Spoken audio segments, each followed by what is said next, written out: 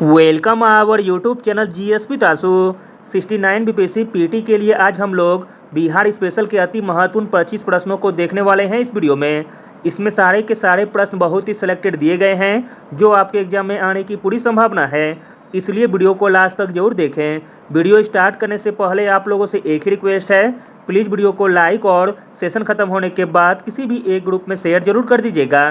चलिए शुरू करते हैं और आप लोग भी सोचिएगा अपना आंसर क्या हो सकता है। पहला प्रश्न है, बिहार में साइमन कमीशन के बहिष्कार के संयोजक कौन थे? प्रश्न इंपॉर्टेंट है। बिहार में साइमन कमीशन के बहिष्कार के संयोजक थे देवकी नंदन, ऑप्शन नंबर सी। 12 दिसंबर 1928 को साइमन कमीशन बिहार पहुंचा। सर्वदलीय बैठक में जिसके अध्यक्ष सर सली इमाम थे, आयोग का बहिष्कार करने का निर्णय लिया गया। बहिष्कार के संयोजक देवकी नंदन थे। अगला प्रश्न देखते हैं, प्रश्न इंपॉर्टेंट है। निम्नलिखित में से किस आंदोलन के दौरान बिहार के देवघर में गोल्डन लीग की स्थापना की गई थी? तो दोस्तों वह आंदोलन था स्वदेशी आंदोलन, ऑप्शन नंबर सी। स्वदेशी आंदोलन के दौरान बिहार के देवघर में गोल्डन लीग की स्थापना की गई थी। 1904 में अंग्रेजों का बहिष्कार करने और बिहार में स्वदेशी आंदोलन को आगे बढ़ाने के उद्देश्य से देवघर में द गोल्डन लीग की स्थापना की गई थी। अगला प्रश्न देखते हैं, प्रश्न इंपॉर्टेंट है। पटना में नमक सत्याग्रह के लिए किस स्थान का चयन किया गया था? पटना में नमक सत्याग्रह के लिए जिस स्थान का चयन किया गया था वह स्थान है नखास तालाब, option number D. Patna Bihar में अंबिकाकांत सिन्हा के तहत नमक बनाने और नमक कानून तोड़ने के लिए नखास तालाब को एक स्थल के रूप में चुना गया था। अगला प्रश्न देखते हैं, निम्नलिखित में से कौन देश की सेवा करने के लिए आजाद दस्ता के संगठनकर्ता के रूप में सम्मिलित थे? आंसर हो जाएगा ऑप्शन नंबर डी, उपयुक्त में से एक से अधिक।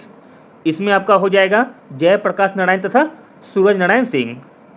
देश की सेवा करने के लिए आजाद दस्ते के संगठनकर्ता के रूप में सम्मिलित थे जयप्रकाश नारायण और सूरज नारायण सिंह।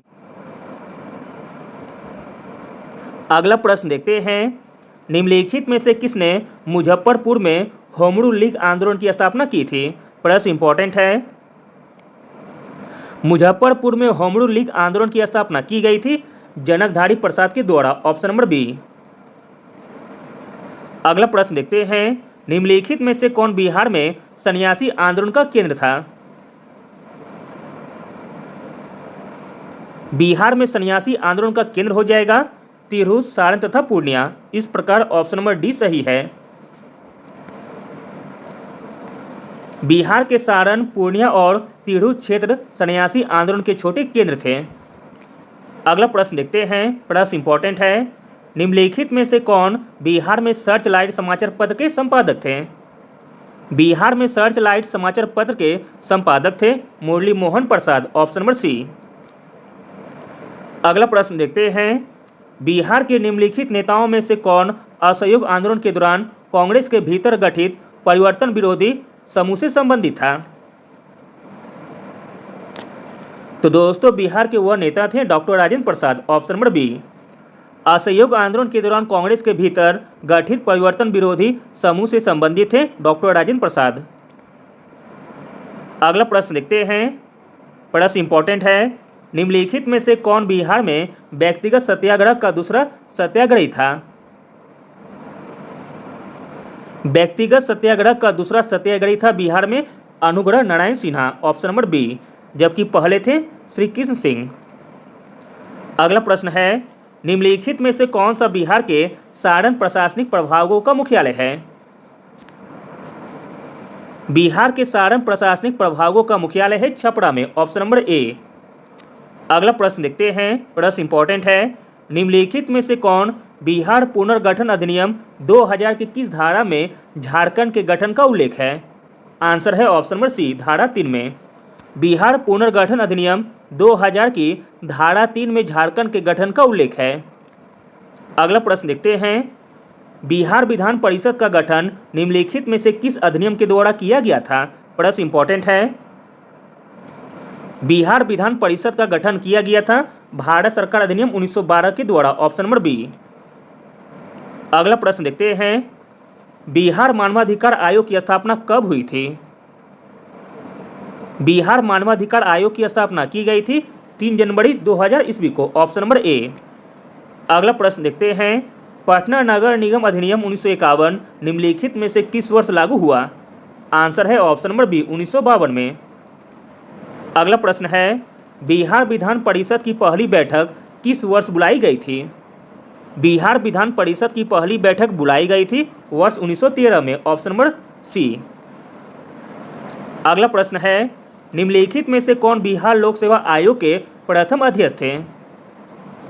बिहार लोक सेवा आयोग के प्रथम अध्यक्ष थे राजधारी सिन्हा, ऑप्शन नंबर बी। और बीपीएससी की स्थापना की गई थी 1949 में। अगला प्रश्न देखते हैं, बिहार के निम्नलिखित में से किस नृत्य शैली में महिलाएं बारिश के लिए भगवान इंद्र से प्रार्थना करती है? तो दोस्तों वह नृत्य शैली हो जाएगी झिझिया नृत्य, ऑप्शन नंबर ए। अगला प्रश्न देखते हैं, प्रश्न इंपॉर्टेंट है, भागलपुर ताम्रपत्र अभिलेख निम्नलिखित में से किस राजवंश से संबंधित है? आंसर है ऑप्शन नंबर सी, पाल राजवंश से। अगला प्रश्न देखते हैं, निम्नलिखित में से किस संगीत की उत्पत्ति बिहार राज्य में हुई है? आंसर है ऑप्शन नंबर सी, सोहर संगीत की। अगला प्रश्न देखते हैं, प्रश्न इंपॉर्टेंट है, निम्नलिखित में से किस यात्री ने तुर्की आक्रमण के बाद नालंदा का विस्तृत विवरण दिया था? तो दोस्तों वह तुर्की यात्री थे ध्रुव स्वामी, ऑप्शन नंबर सी। ध्रुव स्वामी ने तुर्की आक्रमण के बाद नालंदा का विस्तृत विवरण दिया था। अगला प्रश्न है, निम्नलिखित में से कौन बिहार में मौजूद एक महत्वपूर्ण नवपाषाण स्थल है? बिहार में मौजूद एक महत्वपूर्ण नवपाषाण स्थल है चिरांद, ऑप्शन नंबर बी। अगला प्रश्न देखते हैं, प्रश्न इंपॉर्टेंट है, निम्नलिखित में से किस इस्लामी पाठ में सबसे पहले बिहार नाम का उल्लेख किया गया है? प्रश्न इंपॉर्टेंट है, जिस इस्लामी पाठ में सबसे पहले बिहार नाम का उल्लेख किया गया है वह इस्लामी पाठ है तबकात-ए-नासरी, ऑप्शन नंबर ए। इस्लामी पाठ जिसमें पहली बार बिहार नाम का उल्लेख किया गया था तबकात-ए-नासरी था, मिन्हाज-उस-सिराज ने फारसी में लिखा था। अगला प्रश्न है, निम्नलिखित में से किस जैन तीर्थंकर ने मंदार पहाड़ी पर निर्माण प्राप्त किया था? तो दोस्तों वह जैन तीर्थंकर थे बारहवें जैन तीर्थंकर, ऑप्शन नंबर बी। बारहवें तीर्थंकर वसु पूजे ने मंदार पहाड़ी पर निर्माण प्राप्त किया था। अगला प्रश्न देखते हैं, प्रश्न इंपॉर्टेंट है, मुख्यमंत्री बालक बालिका साइकिल योजना के तहत बिहार की एक छात्रा को कितनी राशि का आर्थिक सहायता मिलेगी? आंसर है ऑप्शन नंबर सी, 3000 रुपये की।